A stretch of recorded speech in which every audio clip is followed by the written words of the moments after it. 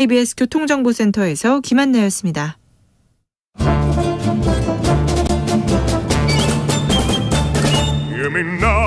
여기도 뉴스 저기도 뉴스 빡빡한 시사 뉴스 속에서 가슴이 답답할 때 뇌 휴식을 드리는 시간입니다. 오늘도 맛있는 책을 만나 보겠습니다. 책의 맛. 오늘 책을 읽어주실 특별 손님 모셨습니다. 박혜진 아나운서, 다람출판사 대표하고 계신 박혜진 아나운서 모셨습니다. 안녕하세요. 네, 안녕하세요. 네. 오늘은 아나운서 박혜진 아닌 다람출판사 대표 박혜진으로 인사를 드리게 되었네요. 네. 반갑습니다. 반갑습니다. 네. 우리 청취자들에게 책을 읽어드리러 오셨어요. 네. 오늘 오시는데 지금 밖에 신경민 앵커가 계신 거예요. 저 깜짝 놀랐잖아요. 그러니까요. 뉴스데스크, MBC 뉴스데스크의 중흥기를 이끌었던 두 분. 네. 와, 아니 이게 무슨 우연인가요? 축하사절인가요? 그런 건가요? 박혜진이 그렇게 중요한. 네. 축하해 주시러 오신 것으로 저는 그렇게 그냥 받아들이겠습니다. 네. 사실 저 KBS 라디오는 처음인데. 아, 진짜요? 네, 정말 처음인데 이 주진우 라이브는 제가 뭐 차로 이동을 하거나 집에서 저녁 준비할 때 저도 종종 듣거든요. 네. 그런데 오늘 여기 주진우 라이브 청취자 여러분들께 인사를 드리게 되어서 정말 반갑습니다. 알겠습니다. 네. 자, 오늘은 어떤 책을 만나봅니까? 정말 따끈따끈한 신간입니다. 그 전에. 아나운서가 그냥 뭐 텔레비전에 나가시거나 뭐 예능에 나가시거나 뭐 이렇게 하면 그렇게 어렵지 않게 그럴 텐데 출판사를 차려가지고 대표가 됐어요. 왜 그랬어요? 왜 그랬냐고 따져 묻는 건 아니시죠? 방송을 사실 시작하게 된 것도 저는 사람들이 사는 이야기에 관심이 많은 사람이었거든요. 그래서 자연스럽게 방송인이 되었었고, 역시나 책은 이야기 한가득, 이야기 보따리 아니겠습니까? 그래서 저에게는 사실 이렇게 넘어오는 일이, 이렇게 동시에 이런 일을 하는 일이 굉장히 자연스러웠는데 저는 책이 참 좋아요. 왜냐하면 특히나 요즘같이 이런 세상이 너무 빠르고 너무 모든 것이 넘쳐나고 각박하기도 해요. 너무 시끄럽고 이럴 때 왜 균형이 필요하잖아요. 그럴 때 책을 보면은 조금 호흡을 가다듬을 수도 있고 또 다른 사람들의 이야기를 듣다 보면은 나의 부족함도 좀 돌아보게 되고 그리고 더 나아지고 싶은 어떤 그런 용기도 얻고 또 일상에서 평화로움도 얻고 여러모로 좋습니다. 제가 독자로서 최소한. 그래서 많은 분들도 그런 비슷한 느낌을 가졌으면 좋겠어서 책을 만들게 되었습니다. 저도 정치 검사들한테 막 쫓길 때 검찰청에 끌려갔을 때, 경찰서에 끌려갔을 때, 어제처럼 재판받은 날은 꼭 저녁에 혼자서 이렇게 연애소설을 읽습니다. 연애소설. 추천해 드릴 만한 것도 있어요. 그렇습니까? 자, 오늘 따끈따끈한 신간이라고요. 어떤 책 추천해 주시겠습니까? 네, 제가 정말 며칠 안 된 신간이에요. 따끈따끈합니다. 네, 에세이 앤솔로지 쓰지 못한 몸으로 잠이 들었다라는 제목부터가 절절하죠.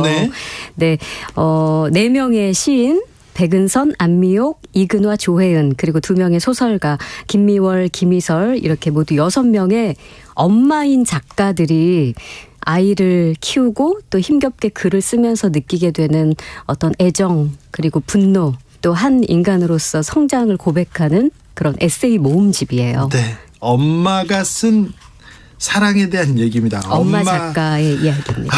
자, 왜 이런 주제로 이렇게 책을 만들어야 되겠다 이렇게 생각했어요?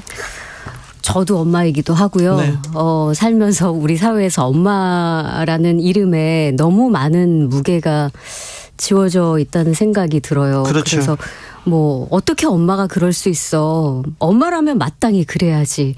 혹은 네가 엄마로서 자격이 있어? 이런 식의 어떤 암묵적인 묵직한 어떤 분위기가 있는데, 그래서 이런 분위기들 때문에 사실 엄마인 당사자들은 뭐 시시때때로 느끼게 되는 어떤 절망감이나 우울감 혹은 분노, 고통 이런 것들을 마음 놓고 이야기하기도 어렵거든요. 왜냐하면 행여라도 그런 말을 했다가 정말 예민하고 되게 유별난 엄마 취급을 받으니까. 그러다 보니까 엄마들 자신 스스로도 어떤 이런 부정적인 감정을 갖게 된 자신에 대해서 되게 죄책감을 느끼기도 하거든요. 네. 그렇지만 여성이 결혼을 하고 임신을 하고 출산과 양육의 시기를 경험하면서 갖게 되는 그런 감정이 정말 뭐 이전에는 상상할 수 없었던 아이를 키우며 느끼는 어떤 기쁨이나 행복 이런 것도 있지만 동시에 엄마라는 이름만 남고 네. 기존에 자기가 만들어왔던 자기만의 그 세계가 사라져가는 어떤 절망, 분노 이런 것도 같이 느끼게 되거든요. 네. 그래서 이거를 양가 감정이라고 하는데 이런 양가 감정을 엄마들이 느끼는 것이 사실은 지극히 자연스러운 거라는 사실을 한 번쯤은 이야기해주고 싶었고 네. 이것을 건강하게 이런 감정들을 받아들였을 때 엄마들이 아이가 자라듯이 자기 자신, 엄마들도 잘한다고 고백을 하고 있어요. 이 책에서. 더 나아가서는 한 인간으로서 더 나은 사람 혹은 성숙한 사람이 되고 싶다고 소망을 하거든요. 그러게요. 그래서 이런 쓰는 엄마들의 이런 아름다운 이야기가 많은 비슷한 시기를 지나고 있는 여성들에게 좀 위로가 되었으면 좋겠고 그리고 용기가 될 수 있다면 좋겠다 생각해서 기획을 하게 되었습니다. 쓰지 못한 몸으로 잠이 들었다. 네. 엄마들의 얘기인데 이 작가 속에 이렇게 책을 넘기다 보면요. 네. 2017년에 엄마가 되었다. 이렇게 자기를 소개한 분도 있고요. 2005년에 정리원의 엄마가 되고 2008년에는 정효명의 엄마가 되었다. 이렇게 얘기해서 저는 그게 너무 찡했어요. 그렇죠. 네. 예. 엄마라는 단어가 나오기만 하면 찡한데 근데 6작가가 썼어요. 엄마, 사랑 그리고 삶에 대해서 거의 전쟁 같은 투쟁 같은 삶 이런 책을 썼는데 그냥 뭐라고 해야 되나 한 사람이 쓴 것도 같고요. 그렇죠. 네. 모두가 다른 얘기를 썼는데 그냥 1, 2, 3, 4 이렇게 엮어놓은 것 같아요. 그게 엄마들이라서 그런 것 같아요. 그렇습니까? 네, 엄마들이라서 그런 것 같아요. 네. 첫 단락에 이런 얘기가 나옵니다. 백은선 작가의 얘기죠. 네. 예, 얘기가 나오는데 엄마로 산다는 건 말이야 천국을 등에 업고 지옥불을 건너는 거야. 말해놓고 보니까 정말 그런 것 같았다. 천국은 내 두 팔 안에 있어. 그렇죠. 아이는 뭐 천국이죠. 네. 그런데 발 아래는 불길이 넘실거리고 있다. 나는 무서워진다. 혹시라도 놓치면 다 타버릴 테니까. 네. 너무 이 부분이 조금 가슴으로 파고 옵니다. 이태원 맞아요. 참사. 네. 그렇습니다. 세월호 때 그랬어요. 제 아이가 세월호 때 수학여행을 가다 사고를 당한 그 나이거든요. 세월호 4월 16일 그 다음 주에 수학여행을 제주도로 가게 돼 있는 아이였는데 그 아이가 계속 자라고 있습니다만 또 이 아이가 이제 이태원에 가고 이렇게 어디에 갈 나이가 됐는데 이태원에서 이런 일이 있습니다. 보통 어떤 일이 있을 때는 나와 어떤 사건에 대해서 보는데 지금은 엄마가 되면 모든 것을 이 아이의 맞습니다. 시선으로 세상을 보잖아요. 그래서 더 아프잖아요. 맞아요. 그래서 천국을 등에 업고 지옥불을 건너는 거야. 저는 처음 이 백은선 시인으로부터 원고를 받고 이 문장에 정말 진하게 밑줄을 그었어요. 네. 이게 사실 부모이신 분들은 다 아시겠지만 아이가 자라면서 부모에게 참 많은 것들을 선물해 주잖아요. 네. 정말 어린아이일 때는 배냇집만 해도 또 똥만 잘 싸도 먹기만 잘해도 그래도 진짜 맞죠. 뒤집기만 해도 얼마나 예뻐요. 그렇게 기쁨을 주잖아요. 네, 얼마나 예뻐요. 그러니까 먹이고 재우고 씻기고 뭐 돌보느라고 사실 엄마들이 몸과 정신이 되게 으스러질 것 같다가도 아이의 그 자그마한 두 팔로 엄마를 꼭 안으면서 사랑해, 나는 엄마가 좋아, 이런 이야기 한마디 해주면 그냥 막 세상이 다 내 거인 것 같고 모든 피로가 다 사라지는 것 같은 느낌을 받거든요. 사랑해도 필요 없어요. 엄마. 이것만 그 다정하게만 불러줘도. 맞아요. 근데 그 엄마들도 엄마가 되는 일이 처음이잖아요. 네. 그래서 너무 낯설고 어떨 때는 굉장히 버겁게 느껴질 때가 있습니다. 그러니까 예를 들면 옆에서 많이 지켜보셨겠지만 어린 시절에 아이의 수유를 하느라고 밤새 뭐 뜬 눈으로 지샌다든지 아이가 이유 없이 밤새 울어대서 왜 그런지 몰라서 결국은 아이랑 같이 주저앉아서 막 울었던 그런 시간들. 전 잘 못 봤어요. 집에 안 들어갔거든요. 왜 그러셨어요? 네. 바빴어요.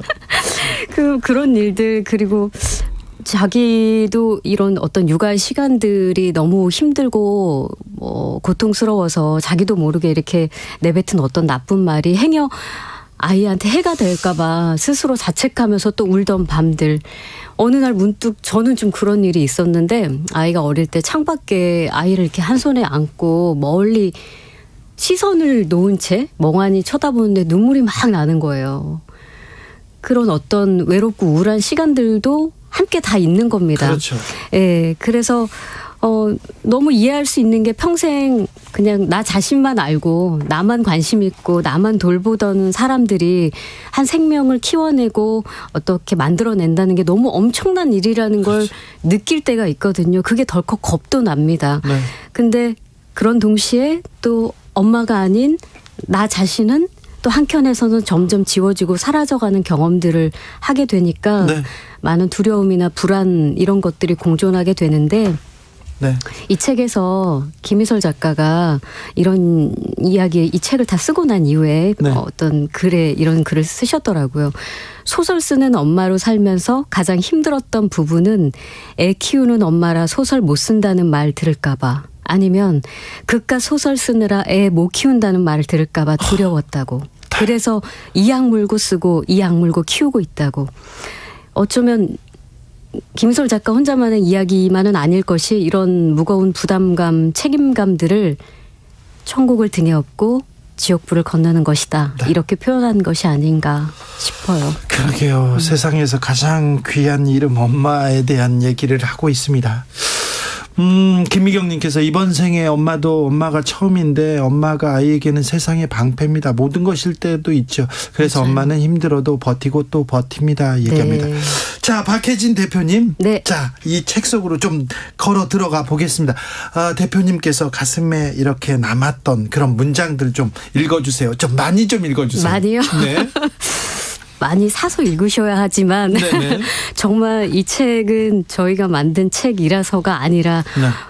문장을 다 소개하고 싶지만 그중에 몇 가지를 뽑아서 제가 낭독을 해드리겠습니다. 조혜은 시인의 쓰지 못한 몸으로 잠이 들었다. 글 중에 누군가를 돌보는 일은 늘 홀대받는 일이었으며 아무리 최선을 다해도 내 삶을 정당하게 살아가는 것으로 인정받지 못했다. 생활비를 버는 일에 비해 중요하지 않은 일로 취급당했고 일하지 않은 사람으로 여겨졌다. 돌봄은 노동이었지만 일이 아니었다. 이건 시를 쓰는 일과도 비슷했다.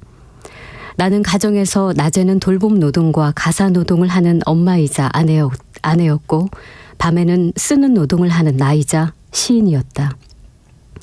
이 가정에서 나는 전자 때문에 무시당해도 되는 사람이었고 후자 때문에 비난받아도 되는 사람이었다.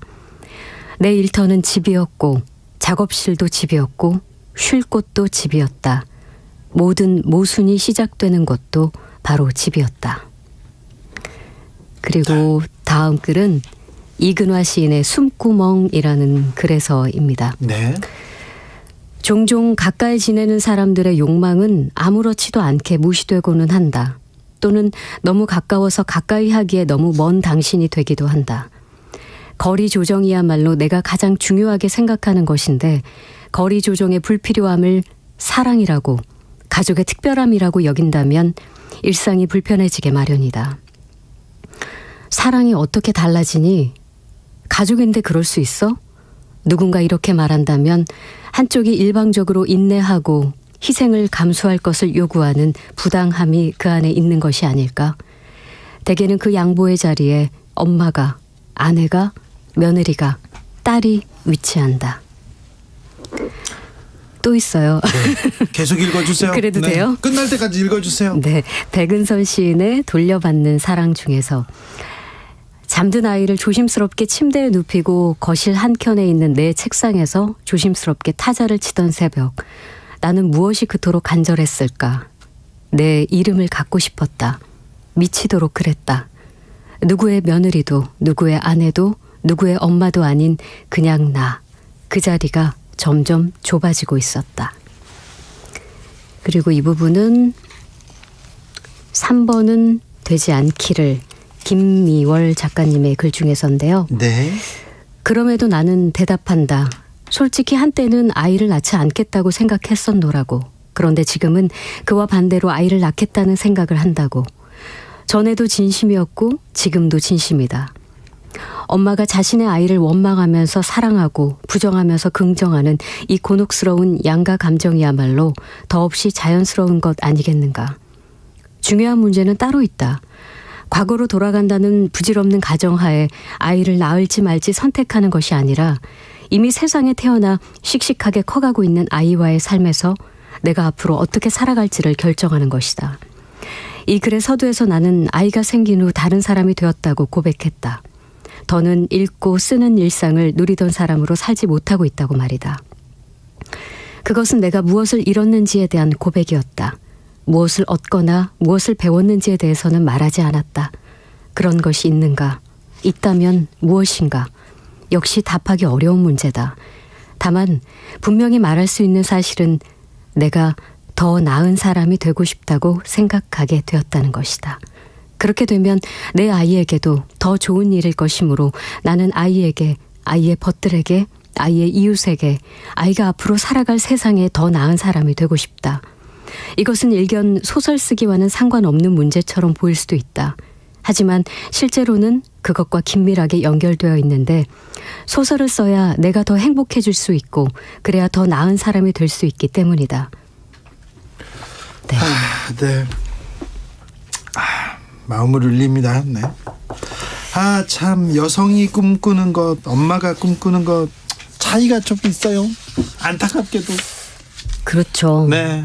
그러니까 좀 사회가 좀 도와줘야 되는데. 사실 여성과 엄마가 다르지 않은데 네. 여기서 여성은 아마 결혼 혹은 출산 전에 여성을 전제하는 것일 건데 네. 그렇다면 어느 정도 여성의 꿈을 꾼다 하는 것은 내가 계획하고 상상한 대로 걸어갈 수도 있을 겁니다. 그런데 엄마가 꿈을 꾸는 것은 사치, 욕망, 욕심, 죄책감, 고통, 투쟁 이런 단어들과 연결이 되어 있어요. 네. 얼마나 힘든 일이라는 걸 알 수 있겠죠. 세상에서 가장 힘든 직업일 거예요. 엄마가 가장 위대한 직업이 또 엄마이기도 하고요. 네. 쓰지 못한 몸으로 잠이 들었다. 아마 이 책은 그렇게 아직도 오늘도 이 전쟁터 같은 이 삶에서 열심히 싸우고 있는 엄마들에게 그리고 엄마 작가들에게 이렇게 위로의 말을 건네기 위해서 냈다 이런 생각도 하는데요. 정확히 봐주셨어요. 그랬어요? 읽으셨어요? 그럼요. 네네. 네. 정확히 읽으셨어요. 예. 마음이 아프고요. 그죠? 미안했어요. 네. 미안했어요. 네. 참 마지막으로 네. 엄마들한테 한마디 해주십시오. 제가 마지막 벌써 끝날 시간이군요. 네. 시간이 다 됐어요. 여러 이야기를 생각해봤지만 저희 책 추천사를 써주신 정희연 소설가의 이야기로 좀 대신하고 싶었어요. 네. 대신 읽어드리겠습니다. 그럼에도 멀리 있는 희미한 빛을 놓지 않고 안간힘을 다해 또 하루를 살아가는 진심과 희망에 대하여 계속 쓰는 한, 포기하지 않는 한 흔들리는 먼 빛은 사라지지 않을 것입니다. 더딘 것 같더라도 차츰 선명해질 겁니다. 기어코 그렇게 될 겁니다. 모든 엄마들, 엄마 작가들을 응원하겠습니다. 네, 모든 엄마들 존경합니다. 네.